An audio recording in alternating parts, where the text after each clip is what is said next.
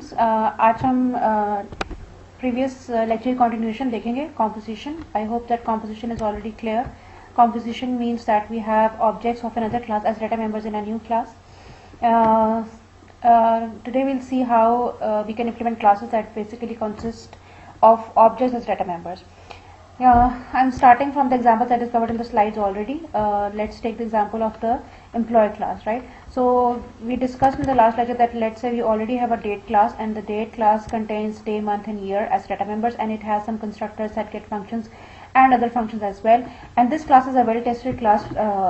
For example, let's say that it's a class that has a lot of checks that basically checks if a date is valid or not. And then our goal was to create an employee class. So in the employee, our target was to create an employee, and the data of the employee should be the name for the employee, his birth date and hire date. So I discussed this in detail in the lecture that if I create again day, month here, data members here, it will be redundant and it will basically violate the principles of object-oriented programming. So we are not following reusability. Therefore we should include date objects as data member instead of redeclaring the day, month and year of each date separately here, right?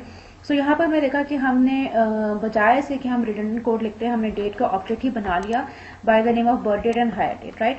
सो यहाँ ये discuss already मैं कर चुकी हूँ. Slides में थोड़ा सा recap दे रही हूँ कि when you create a class that has object data members, तो हमें उसका कंस्ट्रक्टर कैसे बनाना होता है, बिल्कुल उसी तरह जिस तरह आप प्रिमिटिव का बनाते हैं वही सारे डेटा टाइप्स यहाँ पे रिसीव करोगे और यहाँ असाइनमेंट कर दोगे.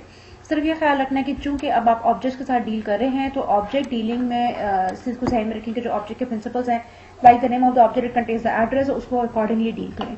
तो यहाँ पर हमने बर्थ डेट को इनिशियलाइज किया है, जो डेट यहाँ से रिसीव आ रही थी रिसीव हुई थी उसके अकॉर्डिंगली, और हायर डेट को भी यहाँ से रिसीव होने वाली डेट के साथ असाइन कर दिया. इसके बाद मैंने ये कॉपी कंस्ट्रक्टर लिखा हुआ है. This is also explain in कोई डिटेल इन द स्लाइड्स. ये वो कॉपी कंस्ट्रक्टर है जो कि स्लाइड्स में एक्सप्लेन हुआ है ऑलरेडी. उसके बाद हमने सेट गेट फंक्शन लिखे. नेम जो हमारे पास स्ट्रिंग थी उसके सेट गेट फंक्शन लिखना बहुत आसान है, वो सिंपल स्ट्रिंग है. और उसके बाद हमारे डेट फंक्शन, डेट के सेट गेटेड फंक्शन होंगे, उसको जरा ध्यान से देख लीजिए. क्योंकि डेट हमारे पास क्लास है, तो जो बर्थ डेट का गेट फंक्शन होगा उसकी रिटर्न टाइप डेट होनी चाहिए, राइट.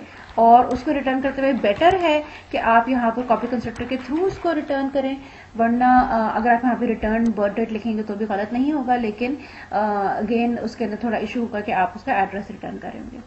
सिमिलरली सेट फंक्शन जो है उसके अंदर हम यहाँ पर डेट को रिसीव करेंगे. अच्छा, यहाँ पर एक चीज़ और कि जब आप सेटर फंक्शंस बनाएं बर्थ डेट या हायर डेट के, तो हमेशा आप पूरा ऑब्जेक्ट रिसीव करें और ऑब्जेक्ट असाइन करें. यहाँ ये ना करें कि जो सेट फंक्शन है वो डे, मंथ और ईयर को रिसीव करें, राइट. सो जैसे कि आप प्रिमिटिव वैल्यूज के डाटा मेंबर्स बनाते हैं सेट फंक्शंस, कि आप पूरा रिसीव करते हैं और असाइन कर देते हैं, इसी तरह से आप ऑब्जेक्ट जब सेट फंक्शंस बनाएं तो पूरा ऑब्जेक्ट रिसीव करें और रीसेट करें ऑब्जेक्ट को. इसी तरह गेटर्स जब बनाएं तो ऑब्वियसली उसके अंदर तो पूरा ऑब्जेक्ट ही रिटर्न होगा.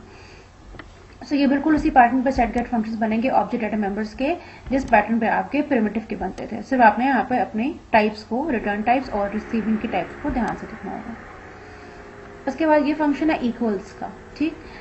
ये भी मैंने स्लाइड में डिस्कस किया था, लेकिन फिर भी यहाँ पर थोड़ा सा इसको ब्रीफली एक्सप्लेन कर देती हूँ कि यहाँ पर हम ये चेक कर रहे हैं कि दो एम्प्लॉयज बराबर. ये बहुत वही इक्वल्स मेथड है जो कि हम स्टार्ट से लिखते आ रहे हैं. हमें पता है कि हमें दो ऑब्जेक्ट्स की इक्वालिटी चेक करने के लिए खुद से एक इक्वल्स मेथड अपनी क्लास में लिखना पड़ता है, और वो इक्वल्स मेथड क्लास के हर डेटा मेंबर को चेक करता है. अगर सब कुछ सेम है for two objects, it returns true, otherwise it returns false.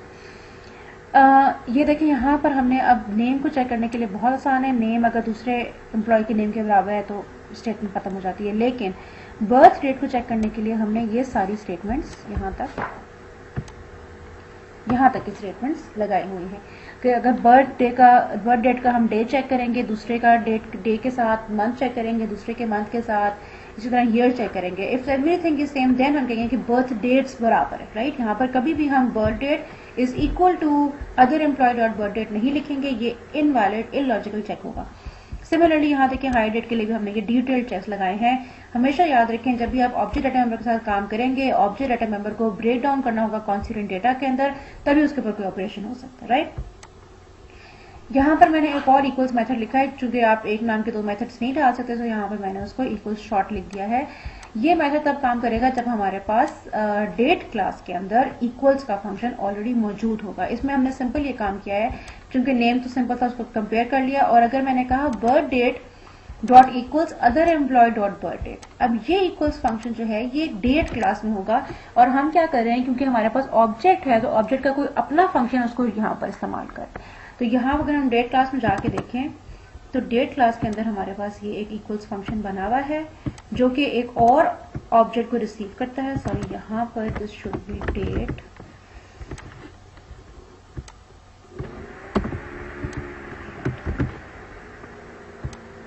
अच्छा, यहाँ पर वो डेट ऑब्जेक्ट को रिसीव करता है और दोनों डेट ऑब्जेक्ट्स की डेटा को कंपेयर कर लेता है, राइट, और रिटर्न ट्रू या फॉल्स करता है। तो उसको हम यहाँ पर इस्तेमाल कर रहे हैं, और अगर दो डेट्स बराबर हैं और हायर डेट भी बराबर है तो फिर हम इसको ट्रू रिटर्न करेंगे। और अब यहाँ पर हम एक मेथड लिखते हैं, नया मेथड, जो कि आप कॉन्सेप्ट को थोड़ा मजीद क्लियर करने के लिए, how to work with object data of the class. Let's say we need to write a method that returns if an employee's experience is greater than 5 years. ठीक है, returns, this would be a boolean method basically. We need to write a method जो कि हमें ये बताए कि एक employ जो है जिस पर फंक्शन कॉल होगा वो उसका एक्सपीरियंस 5 ईयर प्लस है तो वो ट्रू रिटर्न करे, वरना वो फॉल्स रिटर्न करे। So let's write the definition of this method. Okay, so let's write the method public Boolean experience रख लेते हैं इसका नाम।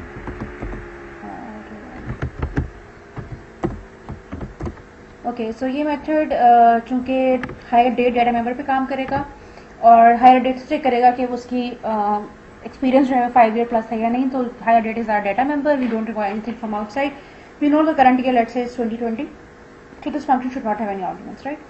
So यहाँ पर हम एक सिंपल चेक लगा सकते हैं कि हायर डेट, सॉरी, ये the current year minus the hire date, if it is greater than 5 तो return true, otherwise return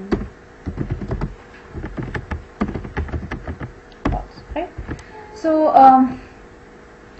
अब यहाँ पर हमने कहा कि हमें जो करंट ईयर है उसमें से हम हायर डेट को माइनस करें, बट यहाँ पर इंपॉर्टेंट बात यह है कि इस मैंने को बार बार एक्सप्लेन करी कि कभी भी आपने ऑब्जेक्ट के ऊपर डायरेक्ट ऑपरेशन नहीं लगाना। कोई भी अरिथमेटिक ऑपरेशन हमेशा ऑब्जेक्ट के किसी डेटा मेंबर पर अप्लाई होता है। हमें यहाँ पर उसका एक्सपीरियंस चेक करना है जो कि ईयर से पता चलेगा, तो हमें हायर डेट में से ईयर चाहिए। So we must write the getter for year.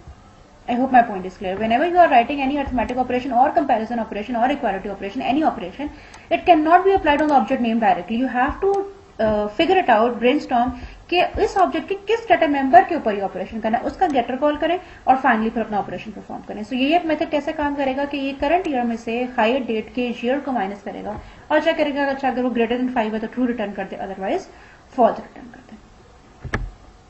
Okay, इस मेथड को मजीद मेथड लिखने से पहले हम इसका रनर क्रिएट कर लेते हैं। सो रनर बनाने के लिए let's create the runner using the argument constructor for the employee. Employee के आर्गुमेंट कंस्ट्रक्टर को एक दफा देख लेते हैं। String and 2 dates are required, right?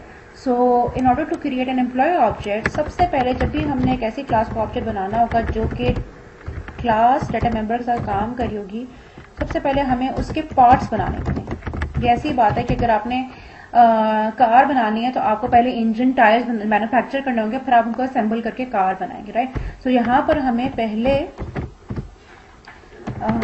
उसकी जो डेट ऑब्जेक्ट्स हैं वो क्रिएट करने पड़ेंगे और उसके बाद हम एम्प्लॉय को क्रिएट कर सकते हैं।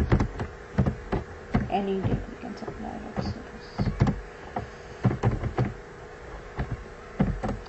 राइट? अब हम यहाँ पर एम्प्लॉय का ऑब्जेक्ट बना सकते हैं।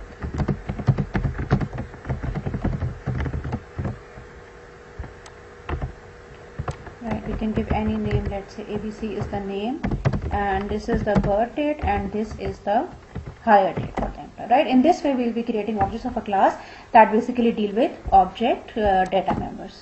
Right? So, ओके, अब यहाँ पर once employee object is created, तो हम यहाँ पर ये कर सकते हैं कि हम इसके ऊपर डिफरेंट फंक्शंस कॉल्स कर सकें। हमारे पास जो फंक्शंस थे वो सेट फंक्शंस और गेट फंक्शंस थे। इसके अलावा हमारे पास अभी जो हमने फंक्शन बनाया एक्सपीरियंस का, वो कॉल करके देख लेते हैं। एक्सपीरियंस दिस वन, चूंकि ये हमारे पास एक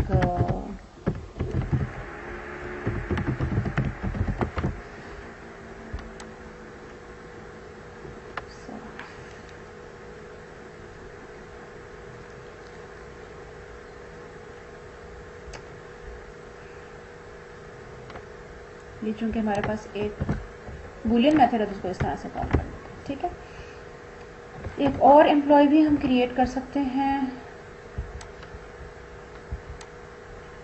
बल्कि उसको कॉपी कंस्ट्रक्टर से क्रिएट कर लेते हैं। ट्रू ही आएगा उसके इक्वल्स मेथड में वैसे तो, but let's C.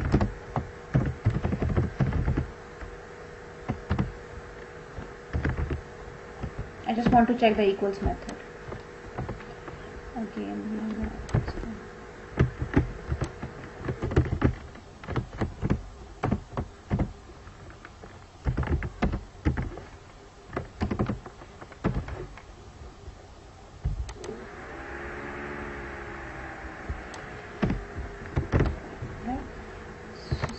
Okay, so let's execute this runner.